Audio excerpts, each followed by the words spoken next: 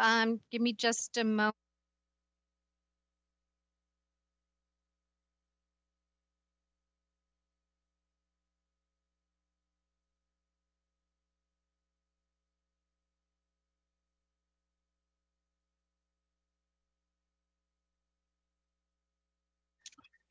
I now call to order the Planning Commission meeting of December 8th, 2021. If you would please rise all for the Pledge of Allegiance. I pledge allegiance to the flag of the United States of America and to the republic for which it stands, one nation under God, indivisible, with liberty and justice for all. And if you can remain standing, Secretary Harrow, could you please read our statement of values? Commissioner Harrow, you are currently muted. Come off mute, Ricky. I'm working on it. This computer's way over my head. Okay. Statement of values.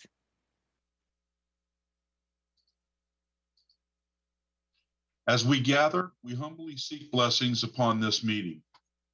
May we act with strength, courage, and the will to perform our obligations and duties to our people with justice to all. Let us seek wisdom so that we may act in the best interest of our people, our neighbors, and our country.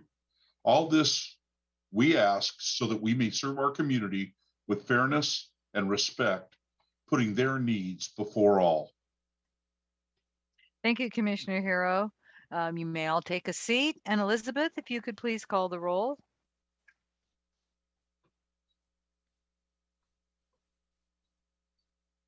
Chair Biagini, Here. Commissioner Cherukuru, Here. Commissioner Hero, Here. Commissioner Wang, Sorry, here. Commissioner Ikezi, Present. Commissioner Salem, Here. Commissioner Bhatnagar. Here. Thank you. Okay, Commissioner Secretary Harrow, if you could read the Declaration of Commission Procedures, please. Public hearings are conducted by the chair in accordance with the following procedures. Number one, the chair of the commission directs all activity during the hearings. All comments shall be addressed to the commission. Number two, any item on this agenda may be continued to a subsequent hearing. Number three, applicants will be allotted up to 10 minutes to present and justify proposals. Following staff presentation of the item, other speakers will be given up to 2 minutes. The applicant is allotted up to 5 minutes for rebuttal of comments. Number four, no additional comments will be accepted upon the close of public hearing, although the commission reserves the right to direct questions to any speaker on any matter. Number five, special procedures and time limits may be applied to any items as prescribed by the chair. And number six, appeal of commission actions must be filed in writing within 7 calendar days. Thank you. Now, copies of the current agenda and staff reports for each of the items on the agenda are available from the Planning Division office on the Friday afternoon preceding the meeting, and they are also available online. So we will go into the continuance and exceptions portion of the meeting. This part of the meeting allows for applicants, members of the public, or other interested parties to request an item be 1, continued without hearing, 2, withdrawn, or 3, taken out of order. Are there any requests from applicants, the public, or the commission for a continuance or exception for any of the items on tonight's agenda? There are no hands raised in Zoom. Okay, and I see no Hey. commission. I see no. Wasn't sorry. someone absent last time, so they have to recuse for? Gosh, I don't remember. So they have to recuse for the minutes. I think that was Commissioner Ikezi came at the end of the meeting. So if she had an opportunity to review the video, she can vote on it. But if not, then she should recuse herself. Okay. Okay. I Thank you. reviewed the Yeah, thank you very much. I'm sorry, you reviewed it, Commissioner Ikezi? Yes, I did, Chair. Thank you. Okay, thank you. So we will then go ahead and move to the consent calendar. Commissioner Harrell, would you please proceed reading the procedure? The procedure for the consent calendar is as follows. Consent calendar items may be enacted, approved, or adopted by one motion unless requested to be removed by anyone for discussion or explanation. If any member of the Planning Commission, the staff, the applicant, or a member of the public wishes to comment on a consent calendar item or would like the item to be heard on the regular agenda, make this request now. Items listed on the consent calendar with associated file numbers constitute public hearing items. Are there any requests? There are no hands raised in Zoom. Back to the chair. Okay, we have one item on the consent calendar, which is the Planning Commission meeting minutes of November 17th, 2021. Do I have a motion to approve the consent calendar? So moved. Do I Second. have okay, moved by Commissioner Hero, seconded by Commissioner Cherukuru. Elizabeth, could you please call the votes?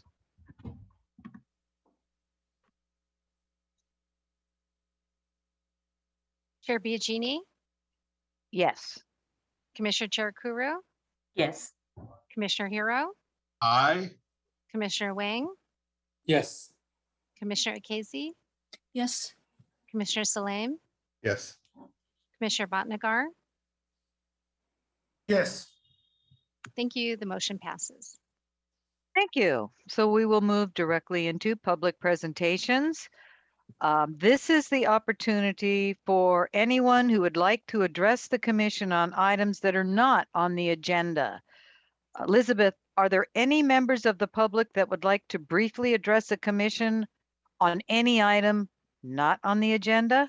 Yes, I see There are two Councilmember hands up. Councilmember There's- Jane. And So we- Councilmember Becker, they Correct. both have their hands up. I Correct. apologize. Elizabeth. That's okay. Right. Staff will promote them as a speaker. Yes. Councilmember Jane, when you are promoted, go ahead and speak. Okay. Well, good evening, Chair Biagini and commissioners. I heard a rumor that this is actually Gloria's last PC meeting. I've known Gloria for at least 8 years now. I first got involved with the Planning Commission in 2013 when Santa Clara was working on its climate action plan. I was working with Payal when she revealed that she didn't have much time to work on the CAP since planning department was so short-staffed. Seems nothing has changed. I attended Planning Commission meetings to try to make the CAP stronger, but was not particularly successful. So then I decided to apply for the Planning Commission, believing that I could work from the inside. I was appointed in 2015 and almost immediately butted heads with Gloria when I tried to get more bike racks installed in existing shopping centers when restaurants applied for alcohol permits. Well, over 5 years that I was on the Planning Commission, I gained a lot of respect for Gloria. She's extremely dedicated to making Santa Clara a better place to live. So dedicated that she left the city at least twice and came back to help over and over again. Having been here so long, she knows better than anybody else the history of projects, why we do the things we do, why we don't do things. And I got to know her best on ARC, which unfortunately no longer exists. She was really great at resolving disputes between neighbors. I will miss you, Gloria. I'm hoping you will fail again at retirement and come back and help us, since as you know, we are short-staffed. Regardless of what happens, I wish you great happiness. Thank you. Thank you so much, Councilmember Jane. That's very kind of you. I appreciate that. I've enjoyed working with you. I will miss everybody. So thank you so much for those words. I enjoyed hearing from you. Thank you. It's a nice surprise too. Thank you, And former commissioner. we will be unmuting Council Member Becker to speak. Hello, everyone. Can you hear me? Yes. All right. Hello, Chair Biagini, my fellow former planning commissioners. It's good to see all of you. As Councilmember Jane said, I heard a rumor about this being Gloria's last meeting. And so I'm speaking as a resident, as a council member, as a former commissioner. I got to know Gloria as a resident, as a planning commissioner, and as currently as a city council member. And the best moments I got to know Gloria was working on the ARC, where I had really one-on-one time working with her. And as Councilmember Jane said, it was a very major disappointment to see that gone. Gloria was always there to answer my questions. Gloria also provided me the guidance that I needed. And I think because of Gloria's standards and work ethic and providing the best, I think, service that Santa Clara can offer is the reason why I was elected and the reason why that I have served on the planning commission. And I think that the reason why we have success here in the city of Santa Clara. It's going to be really hard to see Gloria leave, but I don't think this is the end because I think she has an opportunity in retirement to be happy. But as Councilmember Jane did say, if you do feel in retirement, please come back. We really do need you. But it's a pleasure to have worked with you. And I still remember when I was really kind of on really tough times and I didn't have a car. I know many of you on the commission and also staff have provided me a ride, but I remember that one night when it was pouring rain and you provided me a ride home because you said it wasn't safe for me to ride the bus. So I will never forget that. And I will never forget all of your hard work that you have committed to the city of Santa Clara. And I greatly appreciate your service. And if you ever need anything, please feel free to reach out because here we're family. Thank you again, Gloria. Thank you so much, Councilmember Becker. It's been my pleasure to work with you as well. And I've enjoyed getting to know you and providing that information. And you've been always so, informative and inquisitive. And it's been my pleasure to know both of you. So thank you so much for those words. I really appreciate it. It means a lot to me. I don't want to start crying now. Elizabeth, are there any other public speakers? No, I do not see any other requests to speak. Okay, then go ahead. Does Commissioner Chair Kuru have her hand up? Are we giving our credits to Gloria right now? Okay. No. Just checking it. You'll have an opportunity. That's all I'm saying. Okay, so where are we on the agenda right now? I think we need, I got lost. Gloria? Public hearing. We're at public Public hearing. Okay. Public presentations. I'm sorry, public presentations. Yeah. Yeah, Sorry. public presentations. And I think this would be the opportunity to move on to public hearing.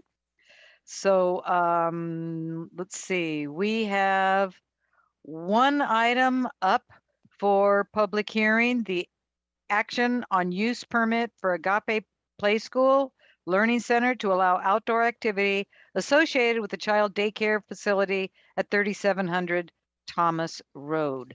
So let's see, we'd start with staff. If you could give your presentation. Good evening, commissioners. I'm going to go ahead and share my screen. It'll take me just a moment to, bring this up. Here we go. Something happened. Here we are. I have to say first, it's really nice to see Gloria blush. We will miss her. Thanks, Debbie.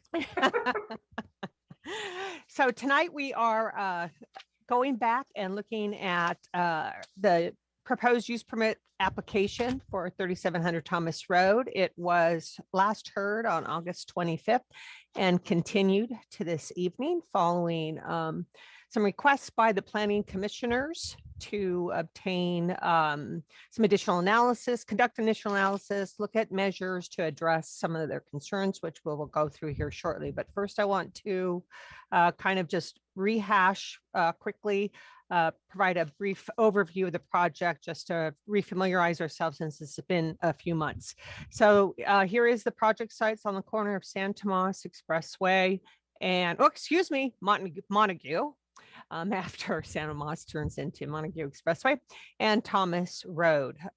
It is zoned light industrial. It has a use permit that was approved back in 2002 to allow the construction of a mixed-use building here on the site with ground floor retail and upstairs office use. It's surrounded by industrial office and warehouse uses, as well as commercial. We have a commercial over here, Intel, warehousing, and industrial. And the nearest residential tract would be 1,300 feet to the east and about 2,000 feet to the north. The AGAP Playschool Learning Center, their program is to provide developmentally appropriate education program for children 8 months to 5 years of age, Monday through Friday, 8 a.m. to 6 o'clock p.m. They have drop off and pick up periods. These do occur during the commute hours. There are up to maximum of 30 children with supervised activities with 8 students per teacher and a director. These outdoor activities occur twice a day, between 10 a.m. and 11 and 2 o'clock and 3 o'clock. They rotate the children for 30-minute intervals during these 2 periods. On the 25th of August, after review of the project and staff's presentation, the commission did deliberate and discuss the project and express their concerns regarding child health and safety. Those specifically related to noise, air quality, and traffic safety. We had also received public comment from the tenants within the commercial building and a neighboring property owner that were expressing concerns about the parking and the drop off and pickup periods and how that would affect parking, as well as, safety traveling to and from the site with children. The parking lot is shared. There's 33 parking spaces that is shared among all the tenants. This is the tenant space. It was previously occupied by a child daycare center, learning center of sorts, similar to this, but it did not have any outdoor play area. So the use permit is required to allow the outdoor play activities within this 1,500 square foot paved surface area, which had previously acted as a drive aisle to what once was automobile repair, and there were some bay doors where the cars entered here. So this was the access to the interior space that was used as car repair. So it has been changed over a couple of different times in uses, but the last one was a daycare, and this one is proposed as daycare, but with outdoor play area. The prior proposal included a 6-foot wood fence around the play area to secure the children with a gate entry for secure access. The commission had asked, sorry, did I skip one? To look at those specific areas of concern, and the applicant had contracted with several consultants to conduct studies and analyses of both noise impacts from the adjacent roadway, as well as air quality impacts, again, because it's a high travel corridor in an industrial sector, and as well as a barrier of sorts. What type of significant barrier could be constructed in order to provide separation between the play area and the intersection here, heavily traveled roadway, to protect the individuals in the play area. This is a masonry wall that the applicants had come up with, the architect and applicants, and has been reviewed by the property owner. So this wall would be located here along the perimeter. These are examples that would be painted to match the building. This is it's 6 feet in height. And then there is this gate entry here with the secured gate entry. The studies that were conducted, first was the noise analysis, which measured the existing noise conditions and found that no surprise that the traffic was the cause of the noise, and it registered 75 dBAs.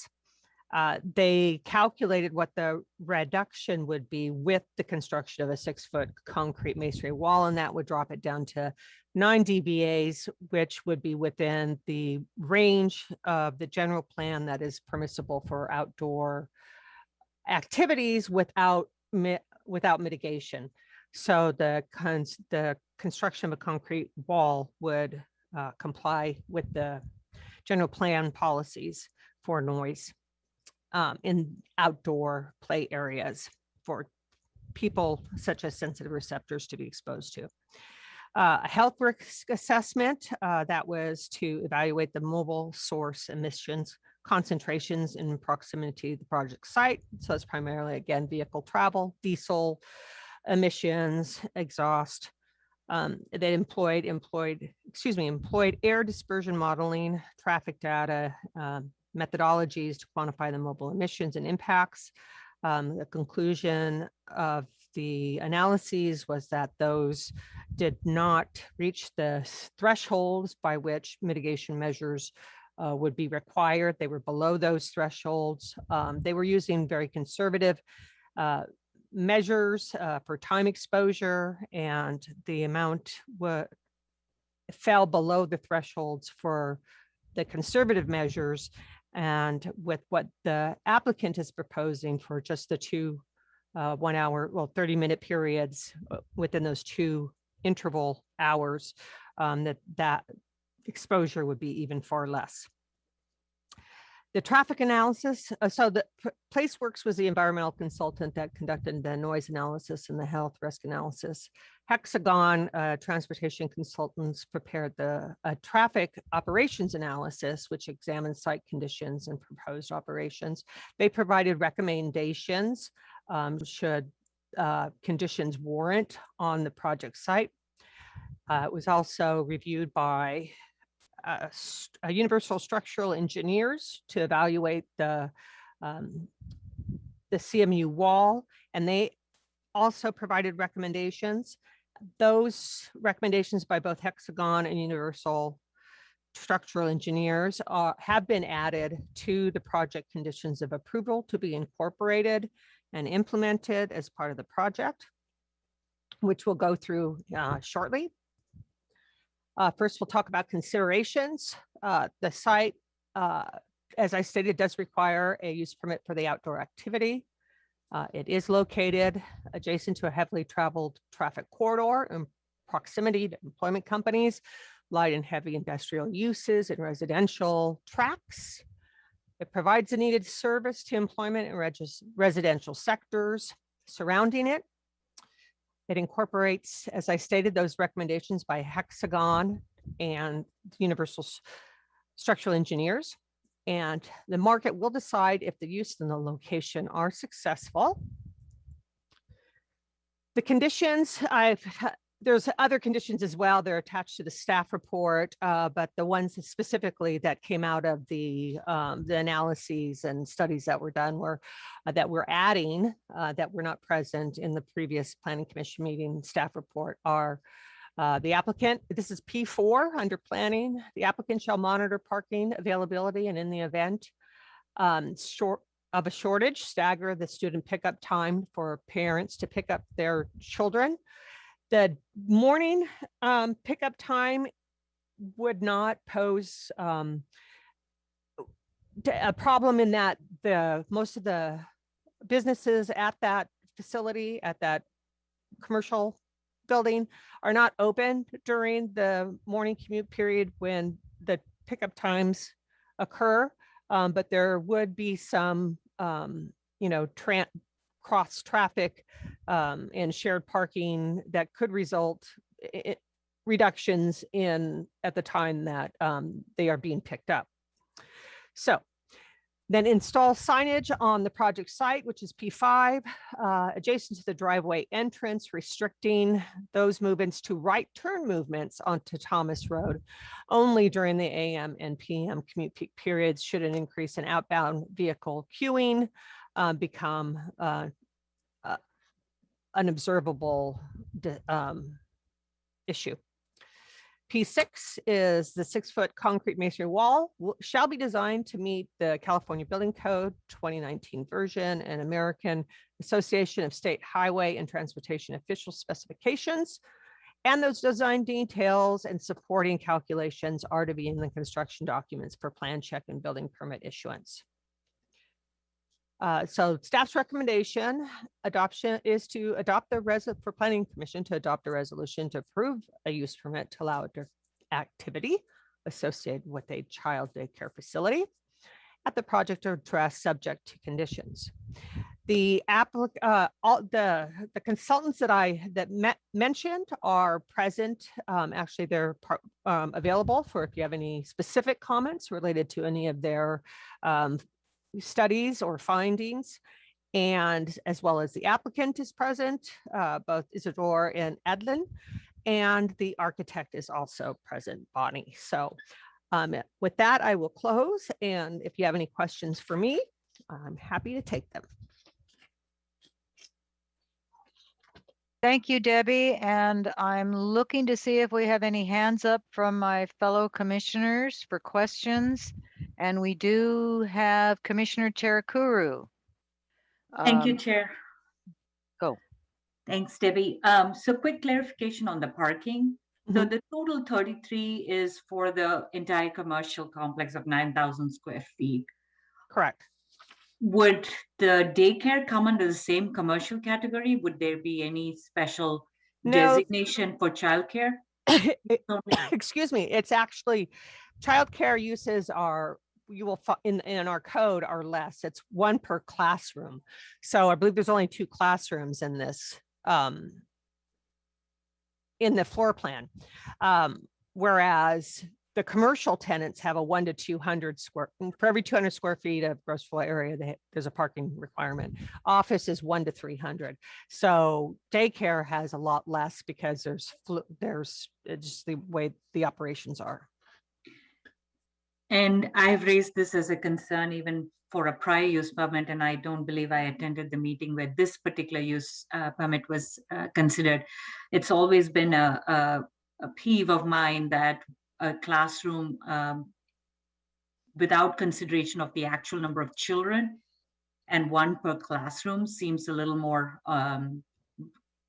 it seems very less, as the public comments have reflected. I'll keep my questions to the minimum here. And the last question I had is, so the use seems to have been, I know this area and I'm familiar with it. It seems to have been an acupuncture location. Is that? As well, yes, at one time. At one time. So it was a Tulips Daycare and then an acupuncture location. Is that a combined use now? It's no longer, I don't know if it's, not in this tenant space. No, no. Okay, because it was a carved space. So Tulips had a much lesser square footage than what is currently here. So I just wanted to clarify if the acupuncture use has also moved. I believe so. I believe they have. Okay, thank you for answering. I only had the parking question. Thank you, Debbie. I yield, Chair. Okay, thank you. We have Commissioner Bhatnagar with a question. You're on. Yes, thank you, Chair. So question for staff. I noted that there were at least 2, maybe 3 neighbors, as I think Debbie pointed out, that had sent in letters of objection to this approval. And I thought that they were making valid points. My question to the staff is, were there any letters from the immediate neighborhood occupants also approving of this change? No, but all the comments that we received, Mr. Marchese is the only one that has submitted comments since the last planning commission meeting. So the the other comments were received prior to the first or at the time of the first planning commission meeting. So the tenants were noticed of this particular planning commission meeting. I believe that the notice went out just to the property owner at the previous one at the August meeting, but we captured the tenants on this one. We made sure to capture them. And but I don't know if I imagine there may be some of the public and maybe some of the tenants that are here tonight that may want to speak, but I haven't received any correspondence or phone calls from anyone since the last planning commission, other than Mr. Marquez's letter, which restates his position from the last planning commission meeting. Right. Okay. Well, thank you. Noted that there are no letters of support so far, and potentially there might be members in the audience that might support it this time. But so far, there have only been letters or notifications of objections to the project. Thank you. I yield chair. One was new. Mr. Marquez's was neutral. The others were in opposition. All right. Thank you. Chair, if I could just add that the daycare use itself is permitted under the current zoning. So the only portion that's been consideration for the use permit is the outdoor activity. So say like in some instances, someone doesn't want the outdoor activity, the daycare use is still permitted by right. And so there's not really can't object to that because that's a code that's adopted by city council. So again, we're just considering the outdoor portion of the project that's being requested. Thank you. Thank you, Gloria. Okay, Commissioner Salem. Okay, it's really encouraging to see the level that they've gone through to improve the safety and the consideration for sound, and it's great. I'm hoping, I didn't see it mentioned, but I'm hoping there's also some foam pad, standard playground tiles or something like that out there, since it's right now, I believe it's all concrete. And if you're going to have kids running and playing, you would hope to have something that would buffer at least around whatever play area they have. Other than that, I didn't see anything that looked like they'd missed any points that we brought up. So I'm really encouraged. That's it. I really didn't have a question. I guess the question is there any surface absorbing barrier for the kids so that they don't fall down, scrape their knees, mess up their fingers and hands and stuff? We can certainly pose that to the applicants. Yeah, I would like to do that. Okay, thank you. Thank you, Commissioner Salem. We have Commissioner Harrow. Yeah, I'd like to extend my personal thanks to staff for addressing all of these concerns that we had when this project first came to the commission, up to and including a more substantial safety barrier between the outdoor play area and the children that'll be playing there. Also as well, great job on the environmental study for the air quality and the rest of it. The whole thing, you guys really did a really thorough job, and just want to extend my appreciation for that. Thank you. Thank you, Commissioner Harrow. Do we have anyone else? Let me just make a comment before we move to the applicant. And that's in reviewing the letters, I noticed during that August timeframe, right around the same meeting, there was a chiropractic office, a dental office, and an acupuncture. So I don't know if the acupuncture is still there, but those three had some of the similar issues that we talked about dealing with traffic, parking, and safety. But obviously a lot of work has been done since then. So I'll save any further questions I have until we hear from the applicant, after we hear from Commissioner Bhatnagar, whose hand is raised. Commissioner Bhatnagar, you're recognized. Yes, thank you, Chair. And I'll save other questions for later as well. But on a specific point on page 114, of the package that was supplied prior to this meeting under the heading of site access, there's a paragraph that says that the right turn going north on San Tomas or Montague into Thomas Road is limited or expected to be taken at 15 miles per hour, which needs a stopping distance of about 100 feet. And the driveway here is at 115 feet. And that is considered adequate. And I'm questioning that simply because what if somebody takes that turn at 20 miles per hour or even higher? Wouldn't there be some jeopardy to anybody trying to exit from that parking lot? And I imagine that would apply to anybody, not necessarily the children, but that would be a cause for concern, particularly if there are any exits like that door on that fence that may allow children to walk out and wander into the space. I guess this is a bit maybe extending the logic a little bit, but wanting to do the best in terms of safety for the children. So I wanted to ask that question, whether that was an adequate decision to say that the situation is such that this is going to be safe against fast turns going onto Thomas Road.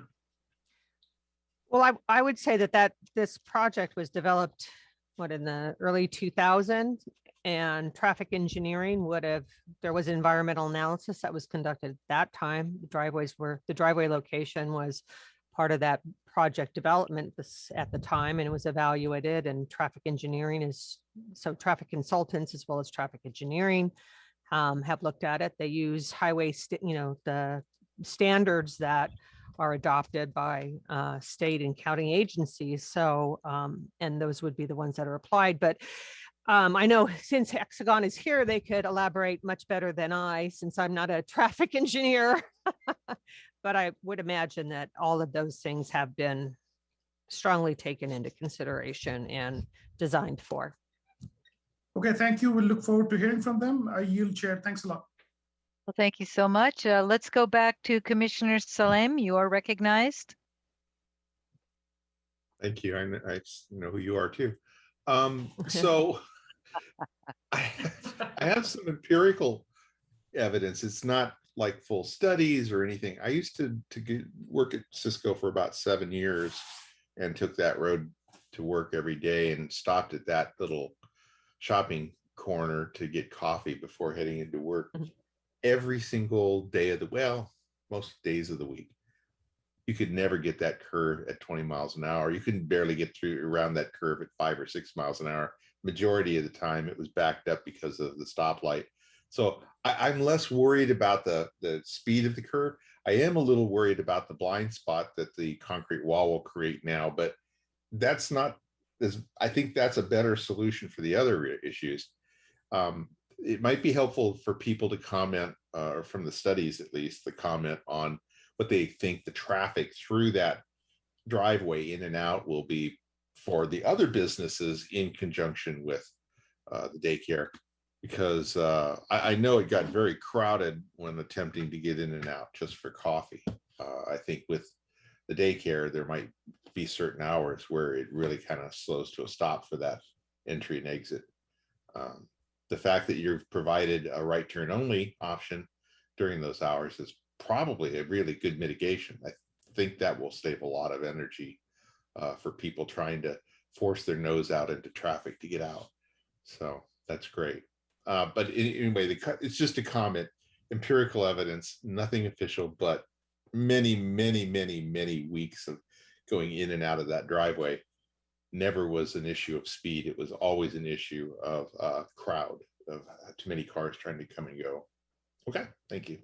And if I could add, we did have traffic engineering look at site triangles of the wall, and the masonry wall would not be within the site triangle of safety.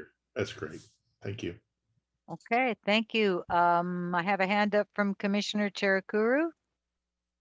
Again, for related to the traffic report, I did see, and it's mostly coming out of Google, but also on the actual layout, I see a landscape and existing gutter that seems to overlap with the right-of-way. Can somebody from Hexagon clarify how there are two right-of-ways or so seemingly intersecting right on the wall? If somebody can, Hexagon clarify what that landscape gutter Yes, I have just easement allowed is. Ling Jin of from Hexagon to speak. Hello. Can you hear me? Yes. Okay. Can you repeat the question? I didn't get your question clearly. So Ling, on the site plans, on at least the attachment that we have in our packet, there's an overlapping. There is something called existing curb, gutter, and sidewalk. And it seems to be almost like a right-of-way or a easement. I can show it to you. If you're looking at the plan, and I'm on AS 1.0 site plan reference document. Let me see. Is that in the site plan that we included in the traffic report? I am looking at the packet that has the development plans. Commissioner Chiricuru, if you can share the page of the packet, I can bring it up. Well, I'm pulling it up from the development plans attachment from the website. So Do you mean the coexisting curb and gutter and the sidewalks? Yes, and it's showing up as almost an easement or as a pathway of sorts. Is that an easement that almost is in line with the right of way? I think that I'm not sure about that. That's a good question, but we didn't look at that issue because it's coexisting. I don't think the project changed the alignment of the curb or the right of way. It's not part of the traffic study.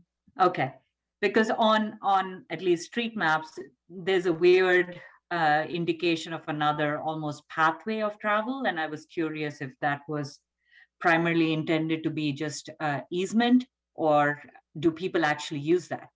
So Well, it wasn't clear from your street right of way where your center was. It is part of the public right of way, the sidewalk. And then there's a landscape setback that's part of the property. And then there's the concrete wall. So the concrete, that's set back about 15 feet. Okay, so the concrete wall is literally where that retaining wall is in the photos. It's There's a shown current here. Let me. retaining- Yeah, go ahead and share. Because I also had the same clarification as Commissioner Salem on the line of sight, and the steep turn or curve that vehicles do make. And of course, I'm concerned about the collision impact. What page is it, Commissioner Chiricuru? Because I can pull it up. I have the plans up already. I have them. Oh, you have them, as Debbie? well. Yeah, Okay, if you go for it. go to stop sharing your screen and you'll see my screen. I'm not sharing. Yeah, Debbie, you haven't shared yet. Yeah, I haven't shared either, Debbie. So if you want to, go ahead. Okay, let's see. All right, can you see it now? Yes. There we are. So there's a sidewalk here that connects to the intersection, the signalized intersection. And this is all landscape setback that's required. And then this is the masonry wall right here. Yeah, what you're not showing here is the actual right of way. And I think well, this is the property line. So the right of way is to the right of here. Everything outside here is the right of way. That's public. That's interesting because I'm superimposing, at least visually, the site plans. Do you have the site plan with you, Debbie? That is the it. one that is in the packet. No, I'd have to pull up the staff report. I have it, Debbie. But they would, okay, go ahead. But they would align. I think you need to stop sharing. Okay, we'll do. Stop share. Hold on a second. This is how I approach technology. You did well. AS1, Rena, if you're sharing. Okay, let's see. Let's go back one. One more. The main first site plan. The messy one? Okay, that one. You can zoom into the lower drawing there. Yeah, hold on 1 second. Sorry. It's like it's okay. Everybody's faces. I have to move everybody's faces. Trying to zoom out, zoom in. And where's my zoom? That's not zoom. That says that's a search. That's a find. I don't want to find. It's at the bottom of the screen. So if you just, see how it highlighted. Oh, yeah, the plus. Oh, and yeah. minus. Thank you. I wouldn't have known that either. Thank you, Gloria. So if you see abutting the same property line is an actual easement. And I just wanted to make sure that, we were cognizant that there is an actual easement or public right of way. Yeah, I think you need to go up to the next page, Rena, just to show what Commissioner Chair Cooper is referring to. This page? Yeah, can you blow that one up and yes, just with the little, Yeah, let me move it up too. Hold on. You're doing great. Yeah. We all have our moments. Yeah, exactly. There we go. This is navigating a new world. So there you go. So see that arrow that says just outside the word landscape, existing curb, gutter, and sidewalk. And you see how closely it aligns. That was what I was trying to clarify, that the property line aligns or was not coming over, and where the wall was being proposed. Oh, yeah. Because it's so close. I wanted to make sure, one, it wasn't an actual right of way, that cars were not able to go on it. That was my reason for pulling up this level of detail. So thank you for hanging with me there. And I as I said, the main concern is to ensure that the line of sight for vehicles moving or turning, because it is quite a very, I would say, a steep curve outside. Okay, thank you, Rena. Thank you, Debbie and Gloria. Should I stop sharing? Yeah, I mean, I'm good with the information unless others want to take additional questions. Thank you, Commissioner Cherakuru. If no other questions from the commissioners, I'm talking slowly so you can raise your hand if you do have one. Seeing none, then let's move to the applicant. 10 minutes to the applicant to present. Can you set it up for us? You have been promoted to panelist, so you just need to unmute yourselves. Hello, Commissioner, good evening, and Chair, good evening, and Commissioners and Santa Clara staff. So I'm the Program Director for Agape Playschool. So we have presented our presentation in the previous meeting, and right now I don't have any presentations. So Debbie has given all the information in her slide presentation. So, but we have in the panel, like Bonnie, our architect, the Hexagon, then Placeworks and Universal Structural. They are our consultants. So we took all your feedback very seriously, and we went ahead and immediately spoke to Placeworks, who is a consultant for noise, air, and traffic control. So they gave us an analysis. So we presented to the city, and we also have Universal Structures also. If you have any questions, you can ask. You can ask the consultants. So one of the questions they were asking, like staggering the pickup, we will stagger. So one of the things were there. Other than that, I would give to the consultants if you have any questions. And thank you so much for giving us this opportunity again. Thank you. Thank you. And I will just add this. I definitely appreciate the fact that so many studies and backup studies were done since we last spoke in August, because I think you've done a wonderful job of listening to our concerns. At this point, then, I would ask if any of my fellow commissioners have questions for the applicant.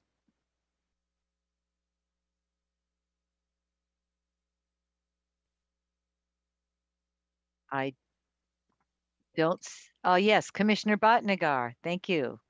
You're recognized. Thank you, Chair. Yeah, along with my fellow commissioners, I think, you already said it for the applicant, that you took our concerns seriously. So, so for that, really heartfelt thanks, and a good amount of work done as well. I noted also in the papers that the number of accidents over the last 2 years were listed. So in 2019, there were 3 accidents at this junction, and then in 2020, there was 1. That's a pretty high frequency of accidents. And I wonder, yes, we are certainly going to go put that fence up.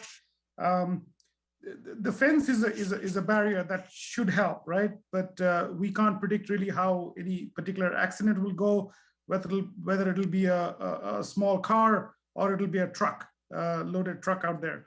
So I will say I'm really impressed with the work done, but I still feel that we are trying to fit a square peg in a round hole in this particular case. I will yield here, but I'd like to hear from the consultants their concerns or their studies with respect to the speed of that curve. I will recall what Commissioner Salem just said. I will also state that in his time, people had a lot more patience and there were no cell phones. So things have changed a lot, and people are a lot more impatient.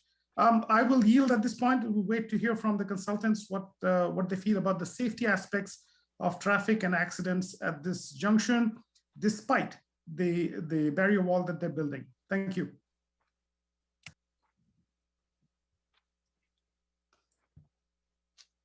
Do we have a response from the consultants? Because I know we have several other hands raised. Chair Kuru, Hero, and Salem also have questions. Perhaps if Ling, if you could respond to the design of the, I know we're catching you on the fly because that wasn't really anything that we had talked about before. So, but just from maybe your cursory look at or speak to design of curb radiuses and speed of travel, that kind of thing, how that, how this design at this intersection is in. Yes. Is it, yes. Is it proper? Is it,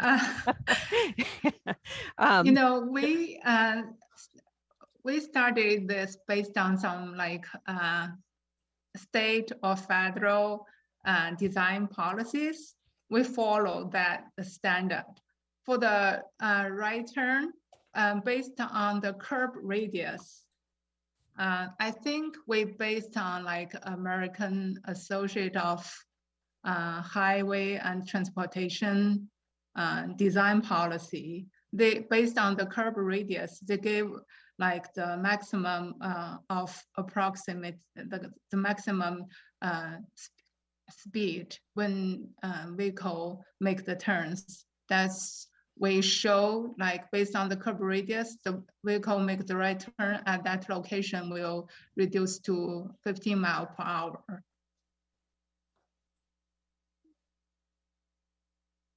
Okay, thank you. Did you have another question? Are you asking me, Chair? Yes, Commissioner Bhatnagar, I'm sorry. Yeah, well, thank you. So, all of us have obviously taken road trips and with curves on them, and you see a sign that says this curve, take it at 20 miles an hour, do you? Or 45 miles an hour, do you? So the nominal speed at which a curve should be taken is just that. And that's a very safe, very conservative speed. Typically, you can do faster than that. I will still, of course, practical examples from Commissioner Salem. data that you cannot argue against. So I will still give that some weight, but I'm still concerned that especially with that blind spot now becoming even more blind with that wall, and the urgency with which people drive with cell phones in their hands and everything else going on, I'm still concerned that that narrow margin between the 100-foot expected stopping distance at 15 miles per hour and the entranceway being at 115 feet, that's very narrow in my opinion. But thank you for that opportunity. That's all I had to say. Thank you. And Ling, if you can confirm, that is there or is there not a blind spot? No, based on our, I think the side distance is, I think it's like, based on our study, I think measured on the current site plan with the proposed fence, outbound driver at the project driveway would be able to see like 115 away from like on Medical Expressway. Thank you. Thank you, Ling. Then we have Commissioner Cherukuru, followed by Commissioner Harrow, followed by Commissioner Salem. Thank you, Chair. I have a couple of questions, one for the applicant themselves and one for the traffic engineer. So question to the applicant, what if the outdoor area does not happen? How will it impact your business plan or your ability to run a daycare? Can I answer the question, Commissioner Cherukuru? Yes. So if we don't have an outdoor, then I cannot run the business. In order to have a full day program, I must have an outdoor play area. That is the California state licensing requirement. It's a must. So that's why I'm applying for the outdoor play area. Because according to them, the children must play at least 30 minutes outdoor play area is a must. That is the requirements for the licensing. So I can't even run the daycare. Thank you for the question, Commissioner. Understood. Thank you. I'm sorry if I said your name incorrectly. And a question for the traffic engineer. Have you considered additional traffic calming measures that would either put a bump out at the sidewalk so that the speed is actually controlled rather than allowing it to just be a natural speed indicator? Have you considered other traffic calming measures around just that intersection? You mean on the product side or? But at the intersection of Montague and Thomas Avenue? No, that's not part of the study. That's under the jurisdiction. Well, it's probably a shared because Thomas Road is a city street, but Montague is a county facility.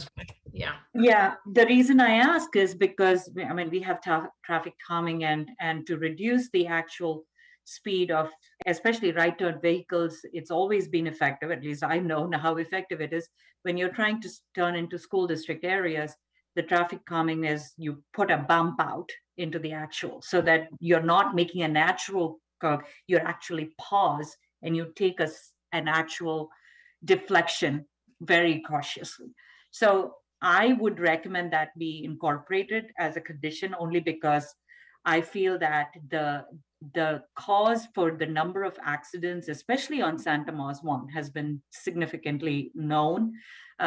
It's almost at every intersection between the county expressway and the city streets. It happens at El Camino Real, although El Camino is wider, they have a median, that means a dedicated right lane. But in this intersection between Thomas Avenue and Montague, it's a direct feeder from a city street to an expressway, that I feel that people do not have that veil that there is a daycare. One, there's a wall, so it doesn't give them. It's like, only when you have a child on board on car do people drive cautiously behind the car. So it seems like that kind of a traffic calming measure is going to help a lot in some of the already known traffic cases at this intersection. So I'll make that a request of the commission and or the client and city to consider that's why I was also asking, what is that easement? And how does that easement play into an ability for who maintains that sidewalk? And if there is an actual ability for city to take an additional effort to actually take it as a traffic calming measure. Well, I would interject by be cautionary and not making it a requirement, because we may not have the authority to do so. We could certainly look at it and examine it and have our traffic professionals determine whether it's necessary. Okay, and I'll save my final comments at the tail end of this. And thank you, Chair. I yield. Well, thank you, Commissioner Cherukuru. Then we will move to Commissioner Harrell. So I'd like to reiterate what Gloria said earlier about the zoning of this building and the fact that it is approved for a daycare center. And I don't agree with Commissioner Bhatnagar's analogy of the square peg in the round hole as far as this location is concerned for a daycare center. And I believe that's the analogy that he used. I believe that the applicant has exceeded our expectations of mitigating our concerns that we initially expressed back in August. I think they've gone over and above what they needed to do. My biggest concern was that the barrier between the traffic and the playground be more substantial than the initial proposal of a wood fence. And I think that they've engineered it. It's including concrete. I didn't foresee problems with the vision obstruction at that particular intersection. I understand those concerns. However, at the time, my biggest concerns were protecting the children, and they still are.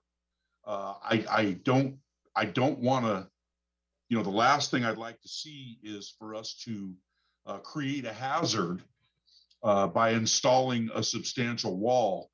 However, my hat's off to the applicant for mitigating my initial concerns with the barrier being more substantial. And I think they've done that. I think that is a good location.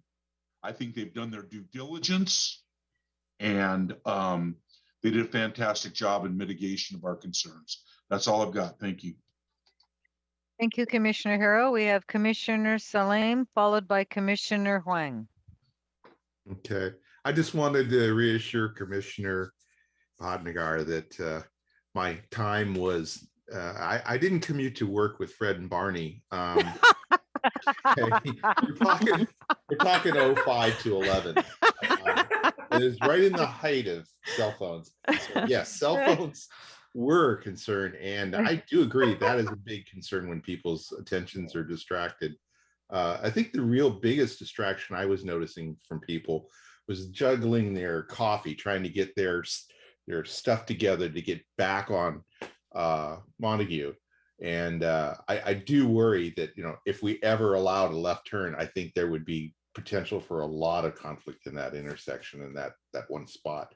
So it's good, again, right turn only. And no, I wasn't pedaling my car to work. So we're okay. Thank you. We do have a sense of humor. Thank you, Commissioner Salem. Okay, we have Commissioner Huang, and then we have Commissioner Bhatnagar. Thank you, Chair. Yeah, actually, I really appreciate the applicants. I think they did a great job. Also, I strongly support Commissioner Hero. Yeah, I think also Gloria also mentioned this permit is only for outdoor activity, has nothing to do with parking or whatever. So yeah, I just strong support the applicant. Thank you. I yield. Thank you, Commissioner Huang. We'll move to Commissioner Bhatnagar. Well, thank you. Just to reiterate, there is no objection, obviously, to the previous determination of this site having a preschool. That's obviously not something that we are debating here. This is simply related to the present proposal to make that yard, so to say, where there was a driveway, by the way, in the prior times, converting that into an outdoor playing area. So just to be specific, that's all we're talking about.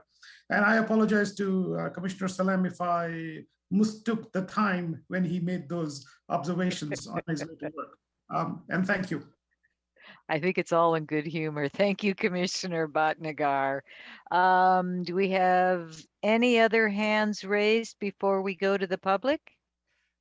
Commissioner Biagini, can I ask, we never did follow up with the applicant about Thank you. Commissioner Salim's questions about the the material that might be laid down for, cushiness.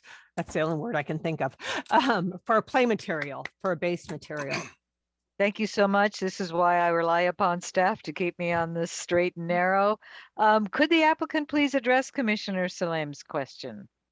Yes, Commissioner Salem asked me what is the cushion for the flooring for the outdoor play area. So what we are going to do is we are going to put a soil on top of it, compact it, and I want to put an artificial turf, which is like a playground turf, or I can do a rubber surfacing, either or one of them. So rubber surfacing is very expensive, but the only issue with rubber surfacing is in the hot days, it gets very hot. You can't even put your feet, the children cannot even put their feet on the floor, because at my home, my family daycare, I had rubber surfacing. I saw the issue of the rubber getting very hot in a hot day.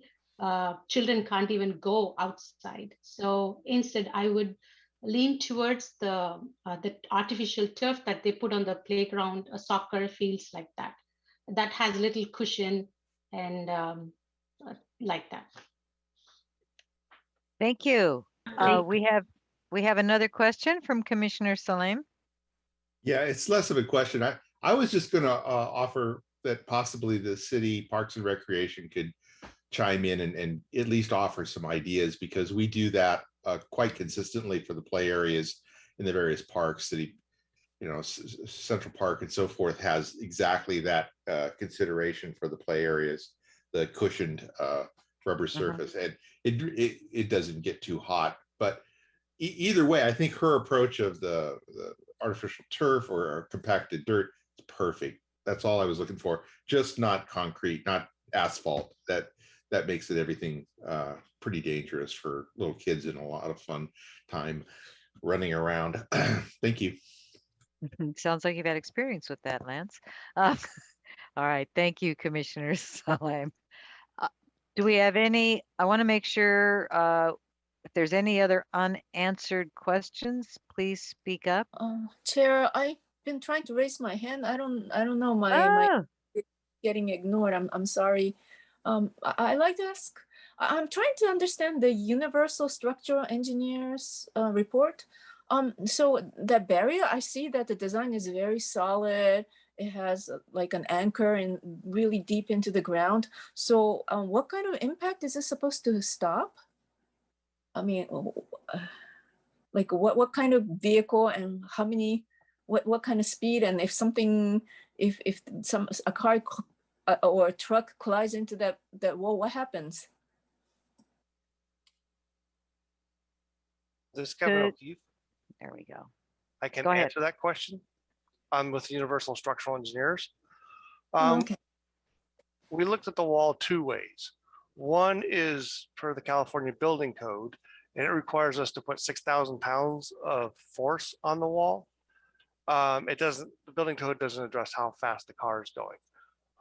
But we also looked at it from the AASHTO standards, the Federal Highway Association, and they have it as a car going 60, or a truck going 60 miles an hour and hitting the barrier at 25 degrees and putting about 5,000 pounds of force on that barrier.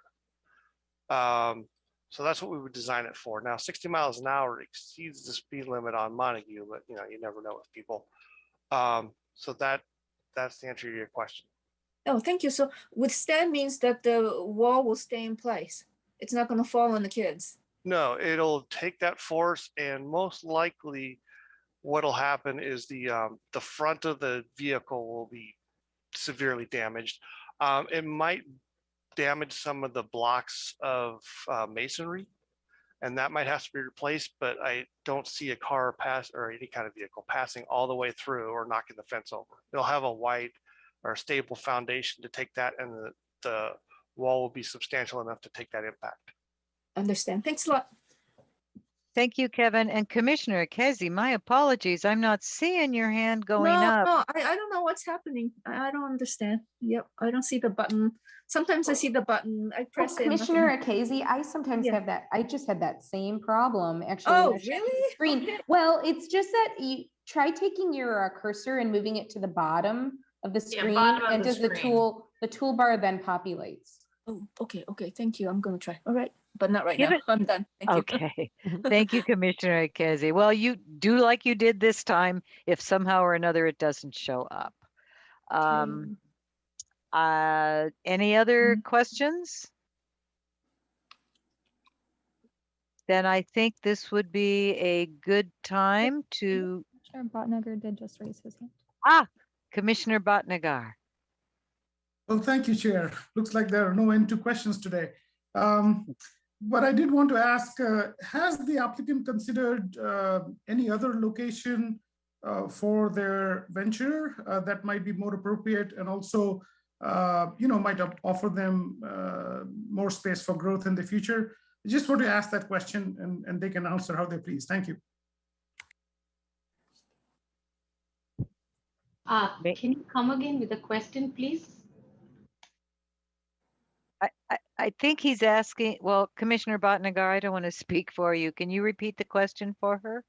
Well, thank you, but you're welcome to ask the question for me. Now that you've given me the opportunity, I'm simply asking whether the applicants have considered any other appropriate location, and I'm using that word appropriate, of course, from my perspective, for your venture that will offer you also perhaps room for growth in the future. So have you considered another location to do this activity with an outdoor play area? Thank you. Mr. Commissioner Bhatnagar, I've been looking for a space in 95, especially on 95054 neighborhood for past 5 years. Because of zoning, no landlords, or I don't even go up to the landlords. The brokers itself will tell the landlord is not interested in preschool. If you see, there is one new place opposite, like the opposite to my space. I asked them, they said, no, the landlords doesn't want a preschool to be there. So, and the reason why I am very particular about 95054 zip code is there is no preschools in this neighborhood. All the parents have to go either to Milpitas or on the other side of 101, which is on El Camino Real. Only those two places have a preschools. There's no preschools in this one, and there's only one that is very small. That's it. There's no preschools. So that's the reason I've been in this neighborhood for past 13, 14 years. So, and I studied this zip code and the market, and I saw that parents, even I myself have 3 children, I had to go outside this neighborhood for childcare. So that's the reason why I wanted to be here in this neighborhood and wanted to start a preschool here. Other than that, I don't have reason. And the second reason is zoning. I'm not able to get any other retail space, or most of the zonings over this side is industrial, light industrial, or flex. Only these kind of zoned office spaces. So that is the main reason why I chose here. It isn't easy to convince the landlords to lease it out to me. Even my landlord initially, he was thinking, but since he already had tulip kids in there in that unit, so he's familiar with the childcare. So that's why it was very easy for me to approach him. I hope I answered your question, Commissioner Bhatnagar. Thank you. Thank you very much. I have a great deal of respect for what you're doing and for your dreams. Thank you. Thank you, Mr. Bhatnagar. Thank you, Commissioner Bhatnagar. I'll give it another couple seconds to see if there's any other questions that have come up. Then let me ask this, Elizabeth, do we have some public speakers? We do. We will unmute Tim Dang so that he can speak. And then we do have a comment that was received, which I'll read after Mr. Dang. Okay, thank you very much, Mr. Dang. And just a reminder to all public speakers, you do have 2 minutes.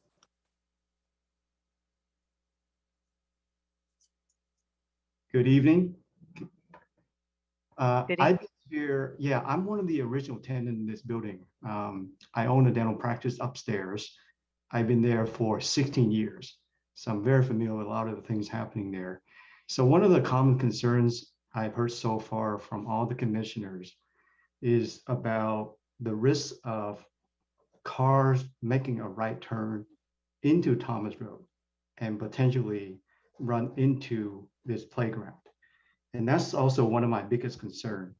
And I want to clarify one thing that I think will help for you all to understand the risk. On the back of Thomas Road is where there's a lot of industrial businesses. One of the biggest business is Cementex. And that's the only way that they can get in and out of their building. So throughout the day, you would have a lot of these huge cement mixing trucks that constantly turning right into that corner. And Commissioner Bhatnagar mentioned that there's statistics about car accidents. Prior to 2019, there was actually a particular instance where there was a car making that exact right turn and rammed into that corner, damaging one of the pipes. And so those are the biggest trucks that's going to go in and out there. My second concern is this parking lot. There's a lot of safety issues. I just give example. Just the last couple months, we got windows broken in, car vandalized. So a lot of the issues there is constantly happening. The third thing is the previous daycare. I witnessed during the pickup time. There's a lot of parents rushing, pull up a parking lot at the same time, and then we try to get out, and then there's run into other cars that are leaving the parking lot. So I think there's a lot of risk there as well. So I'd like to see how you guys will address that. Thank you so much, Mr. Dang. I think you got your points in there, correct? Do we have any other public comments, Elizabeth? We do have a public comment from Brianna. I will read it. My name is Brianna and I am 17. After reading some concerns and inspections, I think that there is no need to worry about the kids' well-being. What is a concern is the traffic. After reading, it seems not much parking is available and could cause traffic. This is a big risk since it can cause crashes and more traffic. What I propose is that there is someone who controls that with stop signs to keep the cars flowing and to keep the roads less congested. End of comment. Okay, thank you, Elizabeth. Then I'm not sure, do we have any rebuttal?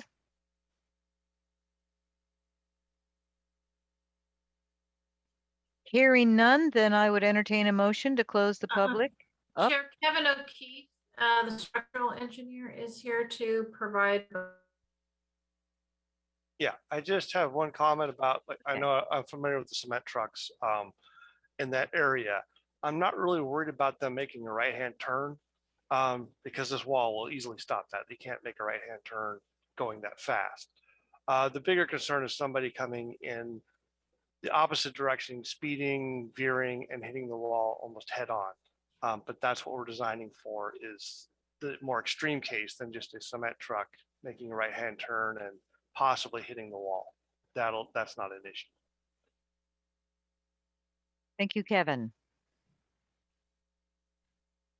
Next up would be a motion to close public hearing. So move. I'll second. Okay, Commissioner Hero made the motion and Commissioner Salem the second. Elizabeth, can you take the vote? Before you do that, I still see Kevin O'Keefe's hand up again, but he's muted. So I just wasn't sure if he put his hand Okay. down. I just want to make sure he had no additional comments. Thank you, Chair. Thank you. That's important. Okay, Elizabeth, it goes to you. Okay, the motion is to close public hearing. Chair Biagini, Yes. Try those tater tots. Commissioner Cherakuru, Aye for the tater tots. Oh my God, I did not. Yeah, you did. All right. and Aye to Commissioner, close the public hearing comment time. thank you, Commissioner Hero, Aye. Commissioner Wang, Yes. Commissioner Ikazi, Yes. Commissioner Salem, Yes. Commissioner Bhatnagar,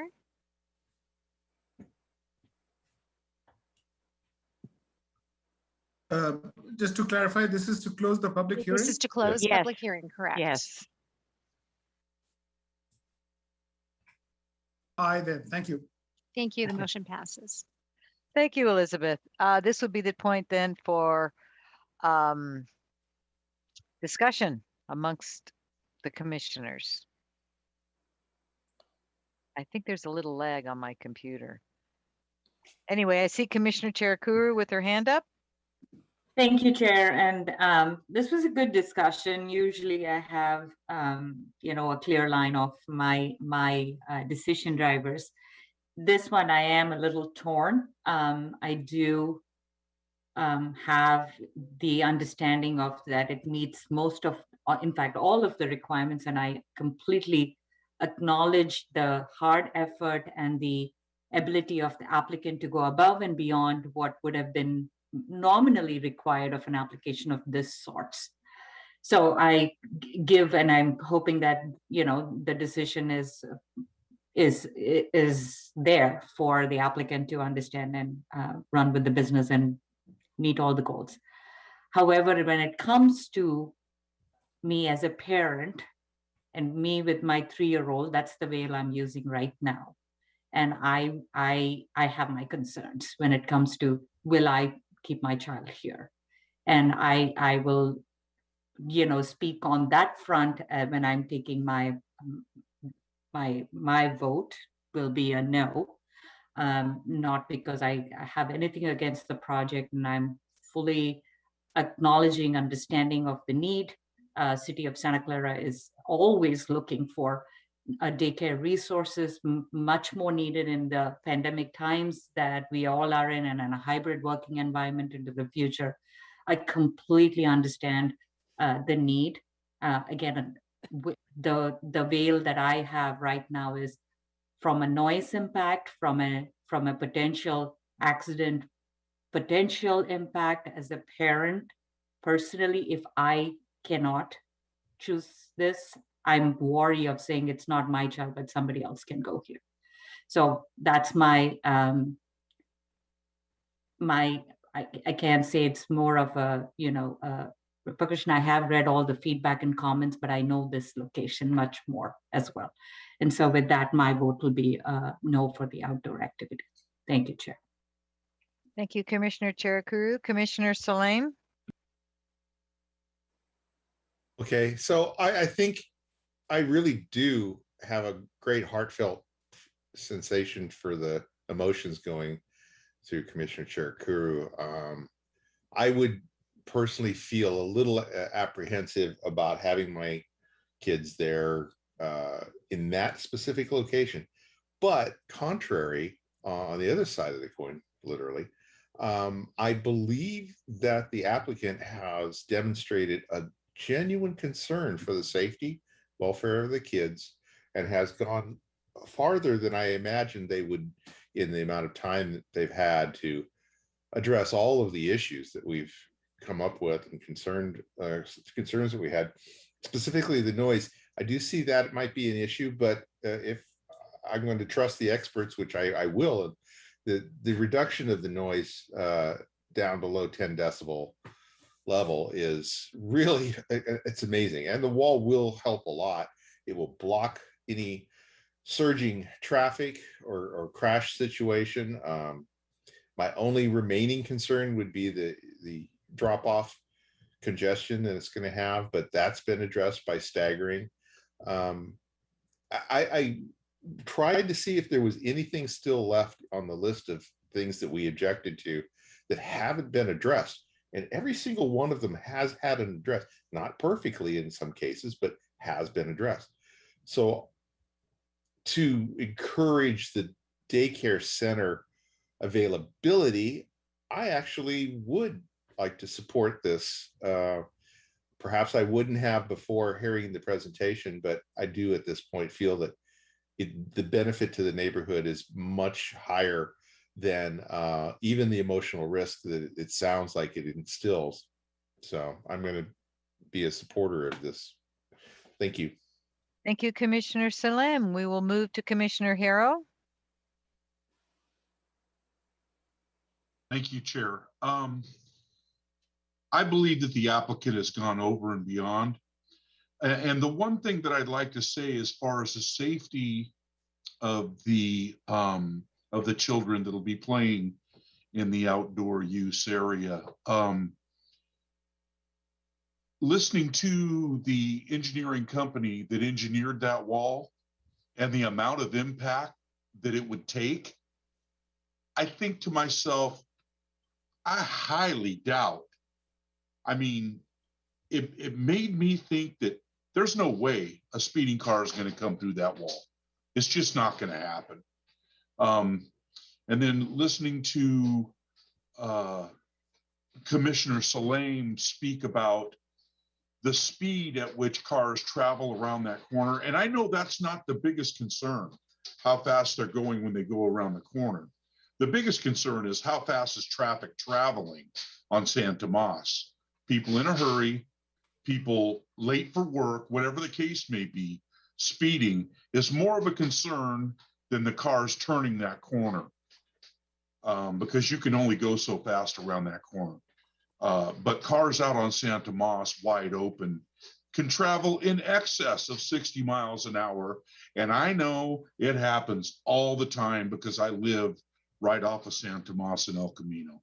I know how fast they go. So after listening to the engineer and the amount of impact that that wall can withstand, I think that they've gone over and above in mitigating our concerns, and I will be voting to approve the project. Thank you. Thank you, Commissioner Harrow. I'm going to weigh in with a few comments. Ignore my ringing phone. I'm not answering it. With due respect to my colleague, Commissioner Cherukuru, which I completely understand your sentiments. Oh, we'll go to Commissioner Huang after I'm done. I will say that I was impressed with the fact that the applicant listened very closely to our concerns. And I want to echo basically the comments Commissioner Salem said, which was they addressed the issues that we brought up. I'm happy to see that that wall actually, besides taking care of the potential of some vehicle coming in, to your point previously, Commissioner Harrow, it also helps with the noise. I know that in looking at the conditions of approval, Debbie, you brought up what we've added to it. I am hoping that under P5, which talks about installing signage on the project site adjacent to driveway entrance, restricting right turn movements onto Thomas Road during the AM and PM commute peak hours, should increase in outbound vehicle queuing occur with the project operations. I would expect that the applicant takes a close look at that and that signage is installed, should the need occur. But at this point, because of taking everything into consideration, including the comments from Mr. Dang and some of the others that spoke, I am inclined to support the applicant and support the recommendation from staff. That's the end of my comments. Commissioner Huang, you're on. Yeah, thank you, Chair. I think the engineer explained very well. yeah, that's a right turn, even for big trucks. I mean, yeah, they cannot, I mean, run too fast, right? And also, since you see the building, it's on the right side of the Montague. So even the car drive very fast.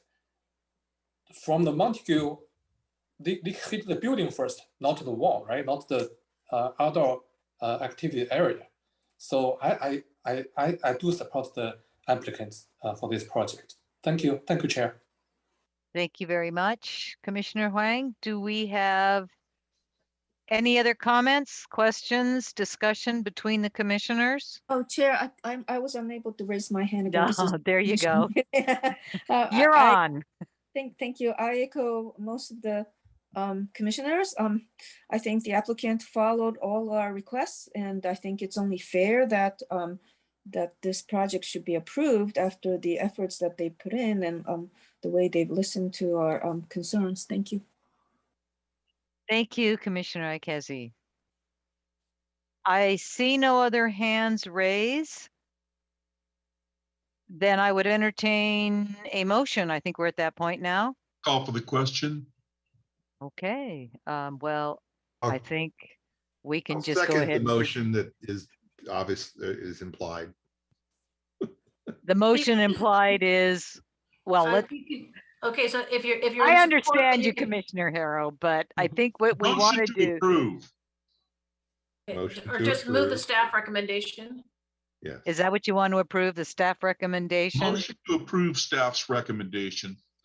Okay, thank you. And that recommendation, to clarify, is to adopt a resolution to approve a use permit to allow outdoor activity associated with a child daycare facility at 3700 Thomas Road. Correct, Commissioner Harrell?